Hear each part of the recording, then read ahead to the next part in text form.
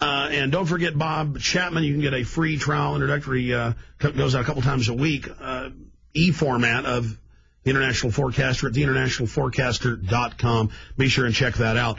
Bob, in closing here, in the time we have left with you, the pension funds, they're already rating the pension funds, but the stock market, the average pension funds are down by about 65%. Is that the correct number? Because I see higher numbers, lower numbers bandied about.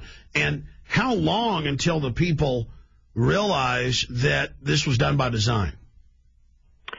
Well, I think they won't want to admit it, and the design has been there for a long time, but they're not hip to what's going on, and they have to listen to programs like this in order to find out, and they will in time, but most of them just don't know.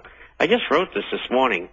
State governments ran up pension fund losses of $865.1 billion in 2008.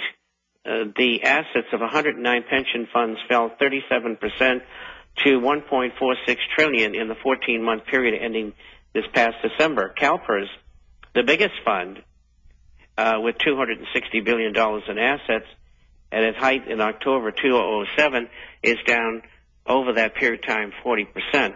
So I think a fair figure is, on average, is 40%, except for pension funds that kept all their money in bonds.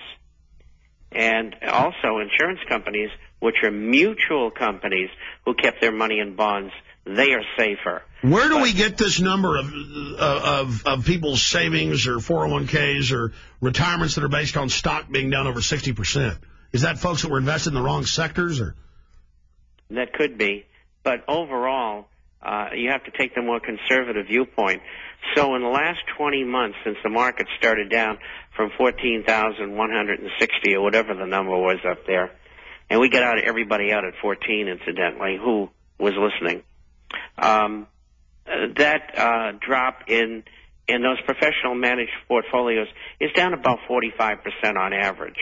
All right. And so it's not very good. And if the Dow goes where I think it will go, to around 4,000, 38 to 4,200, then I think they're going to take another 35% hit. And so they're going to be off about 80%. And that means a lot of them won't pay the way they could otherwise. And what do we know is going to be going on at that time? Amazing, absolutely amazing. And these companies can't fund themselves now that their stock value's down. It's just a domino effect. Bob Chapman, we'll see you next Friday. Godspeed. Thanks for spending time with us. Thank you, Alex. Bye-bye. There he goes.